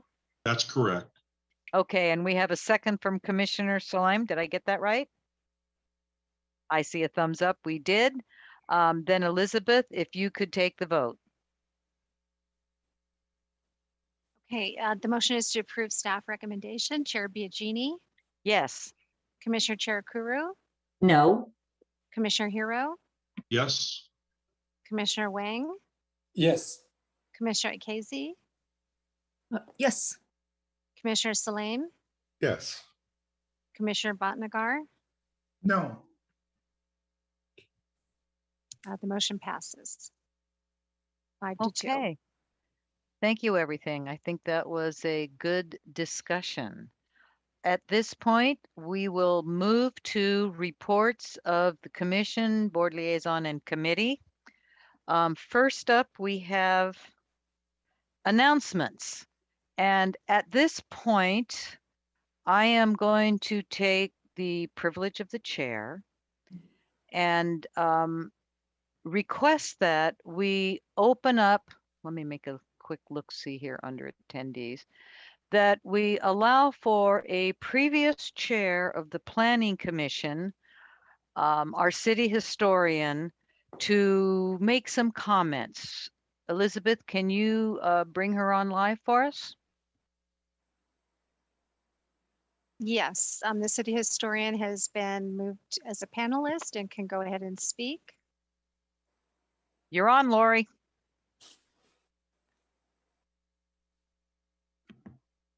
Okay, it's so little I can't make it big. Sorry about that. We're having a problem here.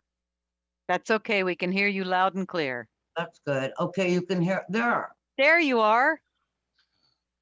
I'm not touching anything. There. Sorry about that. This got very complicated here. Hi, Gloria. Hi, Lori. Yeah, I really appreciate being asked to be here tonight because it's Gloria's last meeting. And I had something I really wanted to say to all of you and to the city, and especially to her.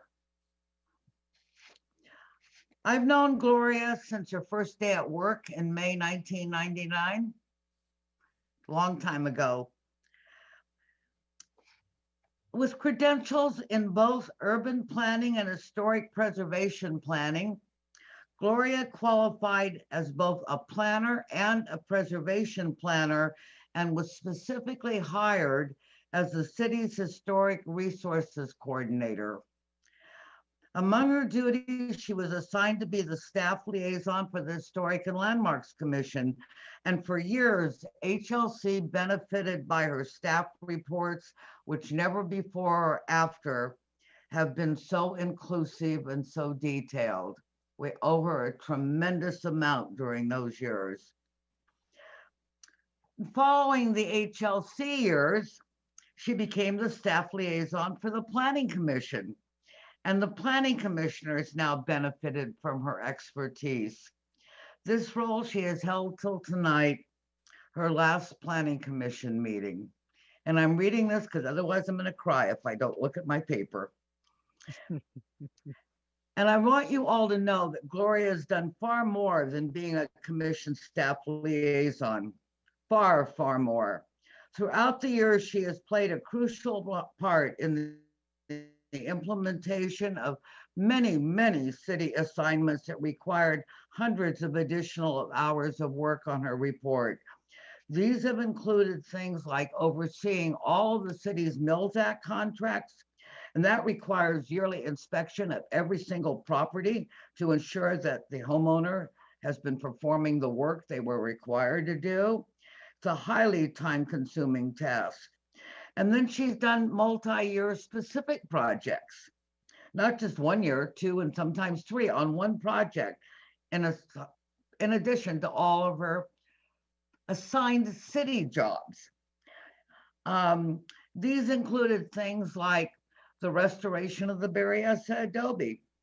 She oversaw that.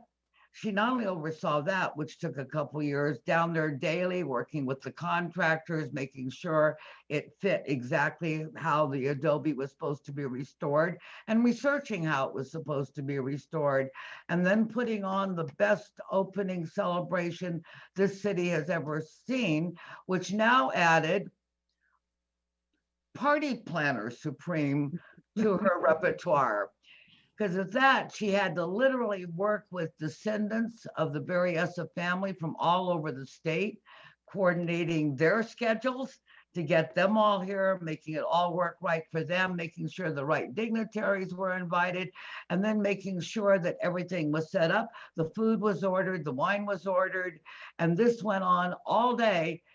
And then after it was all over, making sure everything was cleaned up. Then another thing she did that I know that Yuki would remember if she was here. She was appointed as the staff person for the council-appointed Historic Preservation Ordinance Committee when they formed the committee and directed us to write an ordinance, a specific ordinance for historic preservation that was required by the state and we had never had. And guess what? We got Gloria to be our staff person. In fact, my accepting chairing that one was that Gloria be our staff person because I certainly know who's going to get this work done right. And then that was not only attending a couple years of meetings that we were having as a committee, after we got our ideas all put together, Gloria got the job of formatting them into being an actual ordinance, then working with the State Office of Historic Preservation to get them to accept it and the council to accept it so that we had something everybody could agree on that would pass, and we got our preservation ordinance. And one thing I remember in particular that I wish all of you could have seen is when I was on the Planning Commission, we were given the task of developing the single family residential design guidelines. That was a huge task. There were meetings all over the city, meeting in neighborhoods. And after the information was all gathered the way we wanted it all to go, Gloria was the one who spent the hours putting together the most incredible document I've ever seen in my life. It's a wonderful document. I wish the council, which by then had changed, would have passed it because I don't know what else I can say about it. But again, it was several years of work. the whole time she's doing her daily job, being a liaison and the other planning issues she has to deal with. But finally, over the years, both the city and the commissioners have benefited not just from her planning skills, but from her people skills.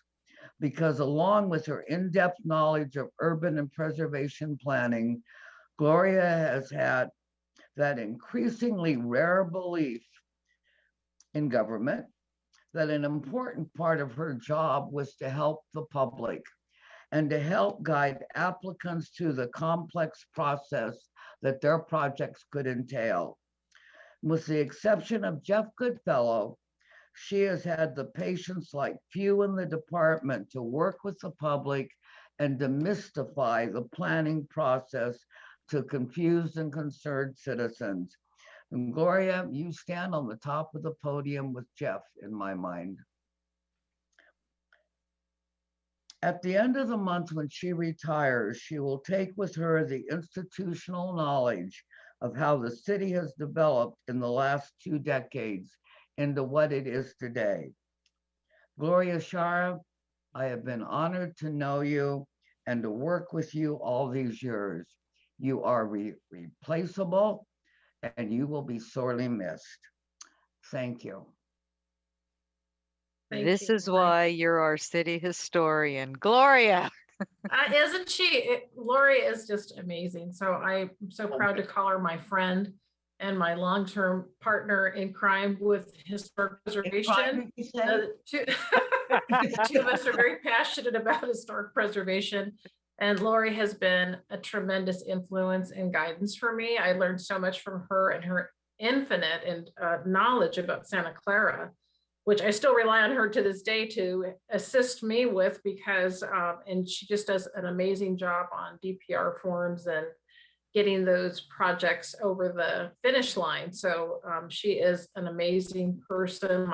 It's been my great pleasure to know you. And I know I will continue to know her and be friends with her. And I appreciate so much your kind and very generous words of support. So thank you so much, Lori. It means a lot to me. This is a big surprise. From Gloria, but I couldn't have done it without you. I really couldn't. And you should also know, she's responsible for smart growth, incorporating historic preservation into APA's smart growth principles. Because I went to her and said, what do I need to bring up? How do I need to do this? Because I was advising the national board and we were developing these, and that was a real thing for both of us to get these in there, and we did it. You guys are amazing. Thank you. And it looks like we have some other comments from some other commissioners. Commissioner Harrell. Thank you, Chair. And I'd just like to say, as one of the new kids on the block here in the Planning Commission, that, Gloria can just draw information from, days gone by that, my jaw just hits my chest, when she recalls something just off memory that that I had no knowledge of that ever even took place. And it's blatantly obvious to me that the word that our historian used is irreplaceable. And I don't know, I'm just being educated here. And Gloria's knowledge on the topic of planning and this city in particular is really going to be missed. And we've suffered a lot of loss this year, and this is another one, as far as I'm concerned.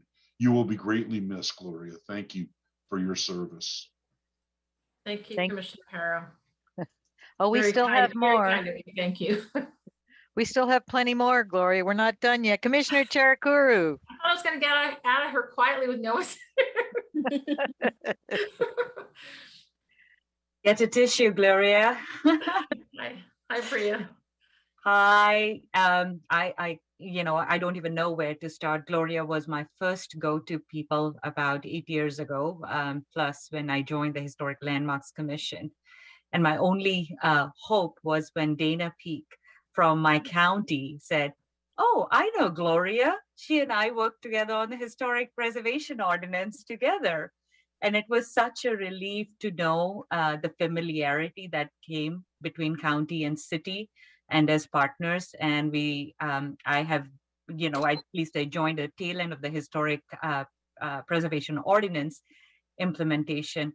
But with your 22 years, Gloria, what I wanted to more acknowledge my gratitude is you've seen this city from its internet, email frenzy, .com bust, .com boom, all the way to Instagram, Facebook, NVIDIAs, and the Apples that now rule our city and our region as the Silicon Hub. And you've seen it all, and you have etched your print all over with the incredible planner's knowledge, the passion you have to serve our city, our residents, our community, and to keep our community safe with all of the zoning ordinances and everything that you did.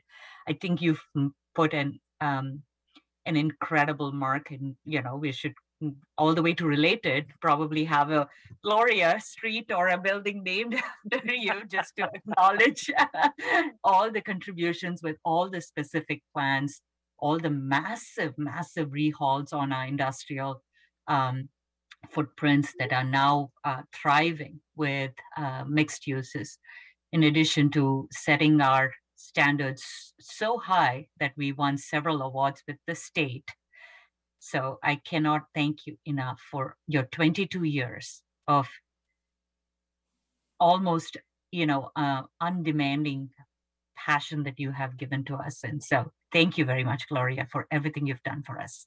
Thank you. I can't imagine, but I would never say never. It's not a goodbye for you and me. Right. It's a see you again. I look forward to it. Thank you so much. Oh, and Thank we you. have more. We have Commissioner Salem, followed by Commissioner Bhatnagar, Commissioner Huang, and Commissioner Ikezi. So Commissioner Salem, you're on. Okay, I'll do my best to be brief, but true. I think as I've been noted now as the venerable member of the commission, it's great to see Councilman Becker and Councilman Jane here as well, because we served together early on. But it's hard for a lot of people to remember that our entire time on the commission is barely a fraction of the time Gloria has been involved with the city and being a liaison and guiding the entire group through the various bumbles and stumbles that we've had. So I really genuinely have learned a great deal from her patience and her consideration for our ability to try and stay on target. It's hard to describe how disconcerting it is to move into a point of clarity from confusion without the help of someone like Gloria guiding us. In other words, she brings us through the confusion, and that's something that I think has helped everybody on the commission. And I wish her well in her post-city activities, and I hope that they are enjoyable, and I hope that she finds that someday she's getting bored and she has to come back. So that's the good clue. So whatever you're doing, I hope it's really dull and that you find out you have to come back, and that'll be easy. All right, that's all I have to say. Thank you, Commissioner Salem. Thank you so much for those very kind words. I appreciate it. Commissioner Bhatnagar.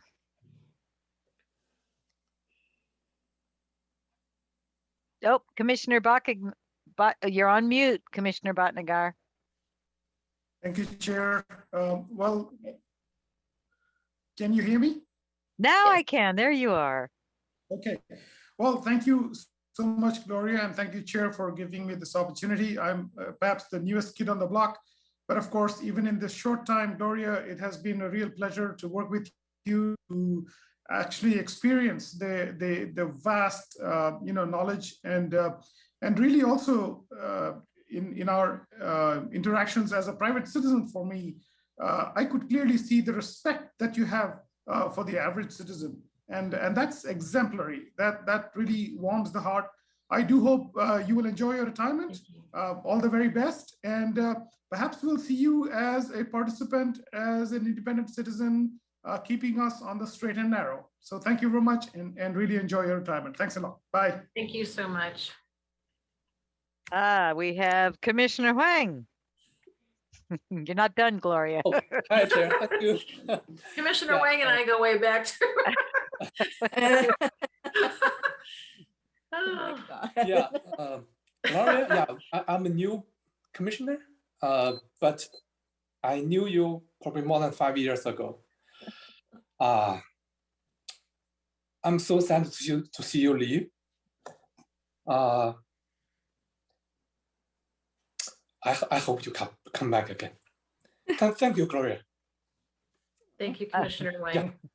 I know Thank we definitely met and during your project, and it was a very difficult time, but I always championed you moving ahead. So I know I shared that struggle with you, and I have another person that had a similar situation that we guided through. And anyway, I just always, again, I appreciate everyone's comments about having respect for the public and the residents and taking them through. And I always felt like I was kind of a little bit of a silent advocate for them, or just helping them through and just understanding and sharing their challenges. So because I know how daunting the planning process can be.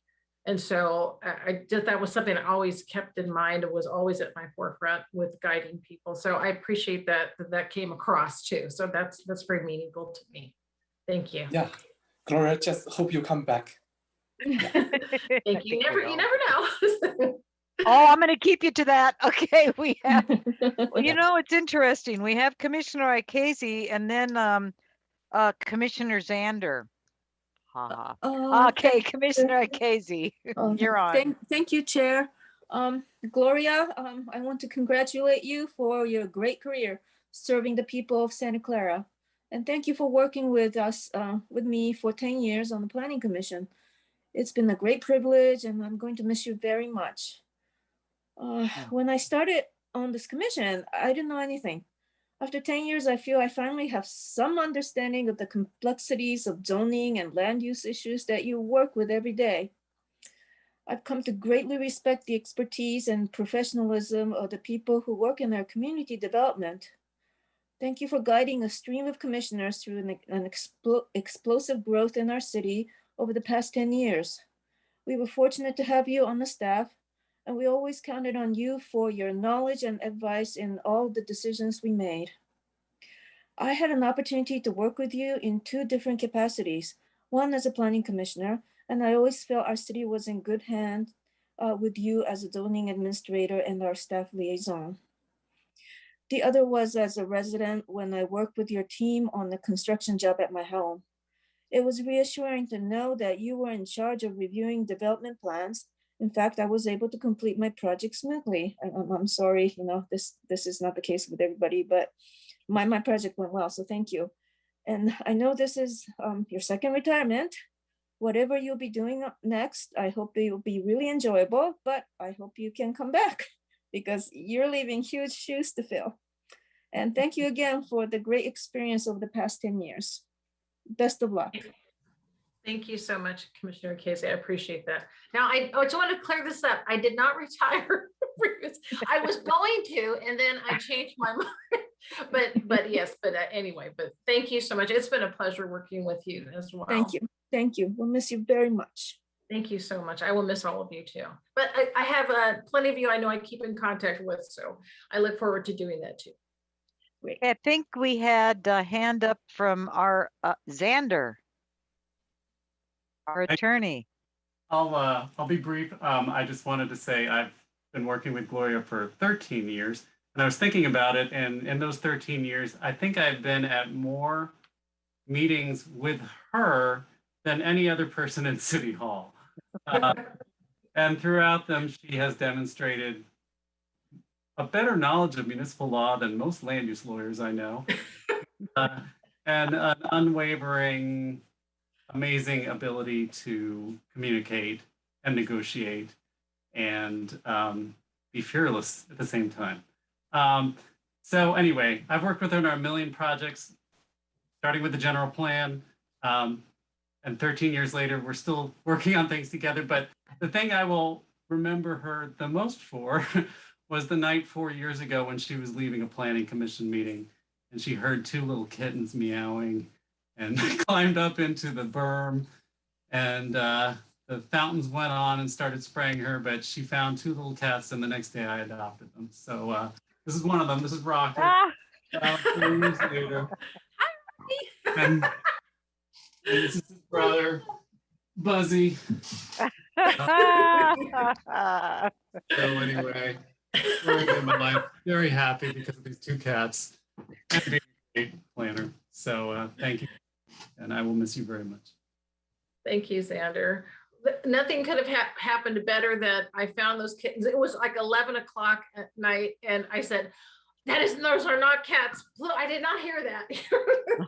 And then I climbed over a masonry wall to get them and had to stuff them in a suitcase. I forgot I had a handbag or something. I didn't have anything to keep them in, but Xander's right. The sprinklers went on and I got wet, but I was leaving. But the best thing that happened was that after I happened to mention it the following morning, and called the local animal control through Santa Clara, he saw him, fell in love with him, and wanted to adopt him. So I was like, oh, thank goodness, because I have all these rescue stories. But to have somebody personally that I know would give them a great home, that was like the warmest thing that warmed my heart. So thank you, Sandra. That was great. What a great story. Rena, I see your hand up. Rena. Yeah, hi. Trying to turn my camera on. Sorry. So tomorrow we're gonna do some something small to celebrate Gloria. So I'll keep it really short, and I'll keep it short tomorrow too, Gloria, don't worry.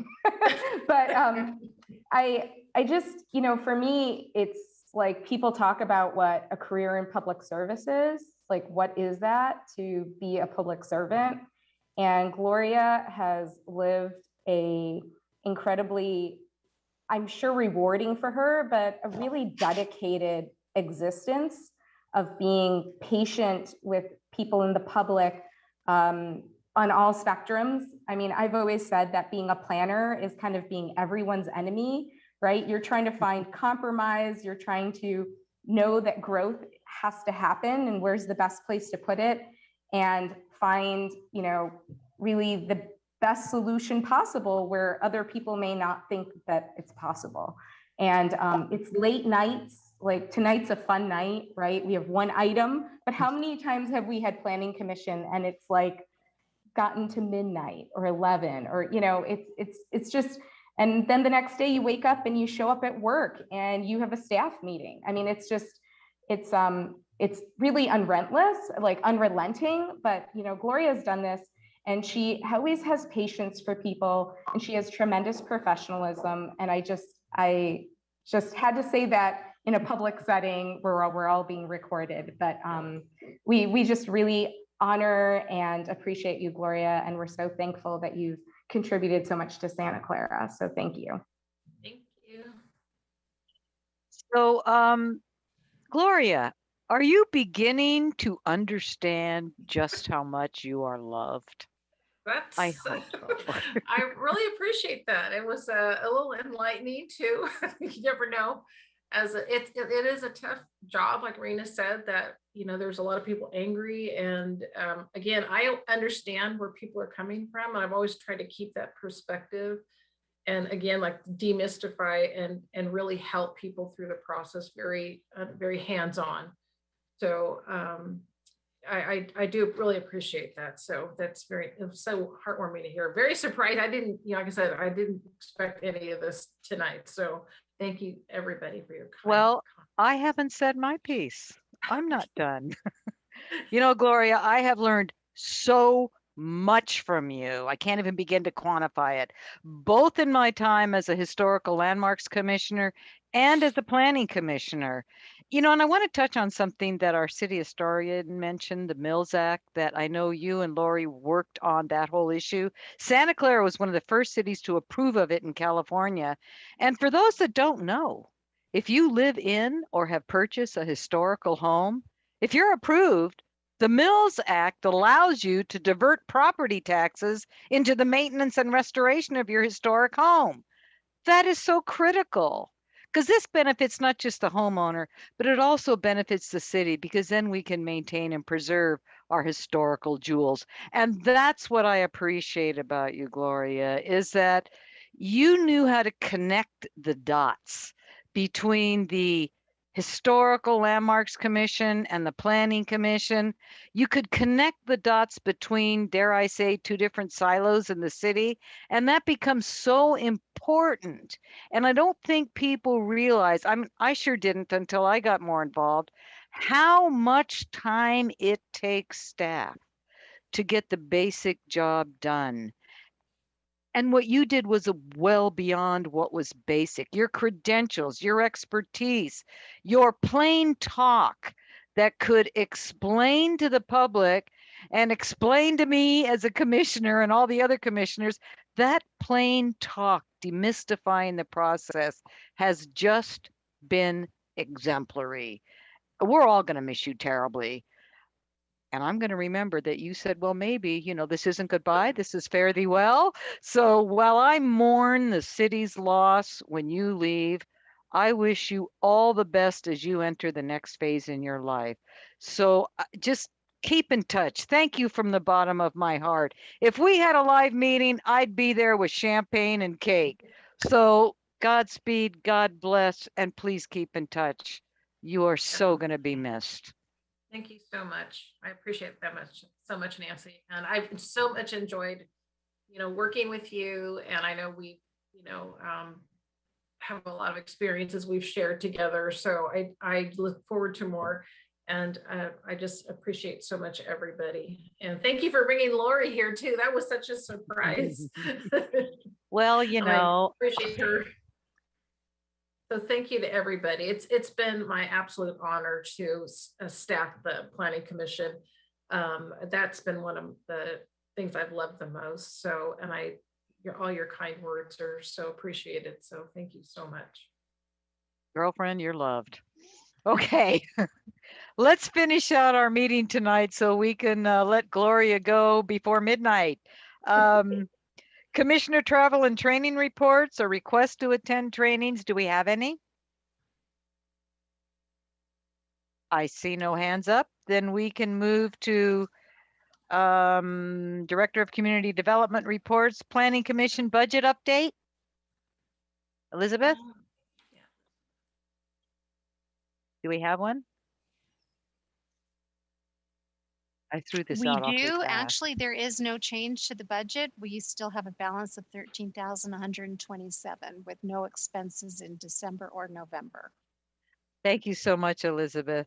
How about upcoming agenda items? Yeah, we have a special meeting on January 10th. So I believe we have established quorum, correct, Elizabeth, on that date, I believe. And that will accomplish a couple things. We will be holding a study session on the Patrick Henry Drive specific plan. We will also be bringing forward a use permit.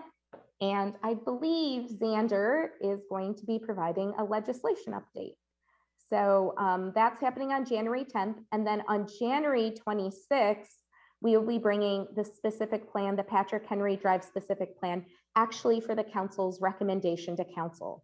I'm sorry, for the Planning Commission's recommendation to council. So that would be the actual action on the specific plan. So January 10th is the study session, and then we were coming right afterwards with bringing the plan forward for your recommendation. Thank you, Rena. Excuse me, Rena, isn't there also a joint Council Yes. Planning Commission meeting on the Yes. 25th? Oh, did you say that? I didn't. No, hear it. no, I did not. I did not. And thank you. Yes, we have that. I believe we've established that already, right? With quorum from council and planning commission. So that is for SB 9 and SB 10. Xander, would you like to add anything too? No, that study session was originally going to be yesterday, and it was unfortunately postponed. But I will still be giving you the full spread of housing bills at our next meeting on January 10th, including SB 9. But then the 25th will be just on SB 9. But given that you never have time to ask questions when it's a joint PC council meeting, I thought you'd probably want 2 bites at that apple anyway. Okay. How about city council actions? Okay, so you all attended the study session on Patrick Henry's Drive specific plan, I believe, correct? Last night? No, they did not. Yeah, Oh. I think Chair Biagini just Oh, spoke so she just, okay. as I a apologize. member of the public. Okay, so just comments that from the notes from the director that there was a presentation on the specific plan on the land use and open space diagrams, including a shuttle and seeking council input on affordability and potential construction of a community center and library. So the council, it looks like I had questions about additional affordability obligations, and so that looked like what was kind of a consensus was more that there would be a stepped approach to the obligation for affordable housing. And then let's see, Chair Biagini also mentioned that she would like the EIR referred to the city historian. And I think that was really the main issues that were brought up, but they did want to have a community center out in that area. Let's see. Rena, I don't know if you have anything else you want to add about that study session. I don't think so, especially because they're going to get the full-blown study session in a couple of weeks. Okay. And some of the consent items, there was there wasn't a resolution to adopt authorizing city manager to obtain funding applications to the state of California, and that's for state permanent local housing allocation program funds. And then something that both John Davidson and myself have been working on is with Department of Public Works is a new ordinance related to trees and shrubs in the public right of way. And we do have a section on that in there in terms of private property, tree replacement as well. So that was actually forwarded for the first reading at this point. And so there will be a process both for heritage trees on private and public property that we did not have before, as well as requirements for tree replacement and mitigation if there's removal requests involved. And I think that's really it in terms of planning commission items. So that's Gloria, just one other certainly of interest to the planning commission is the council took action. It was just recognition of some grant funds that the city has received to begin work on our Santa Clara station area plan.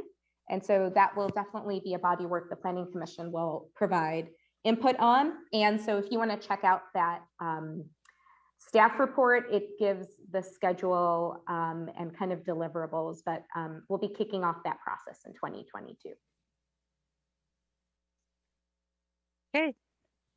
Thank you, Gloria. Thank you, Rena. Now, this would be the time of the meeting that I would normally call for a simple adjournment, but I want to do something a little different this time. First off, as was mentioned, our regular scheduled meeting January 5th was canceled, so the next special meeting is Monday, January 10th. And I would like to entertain a motion from one of my colleagues for an adjournment in honor of Gloria with a standing ovation. Do I hear the motion? So moved. And a second? Second. Okay, Elizabeth, take the vote.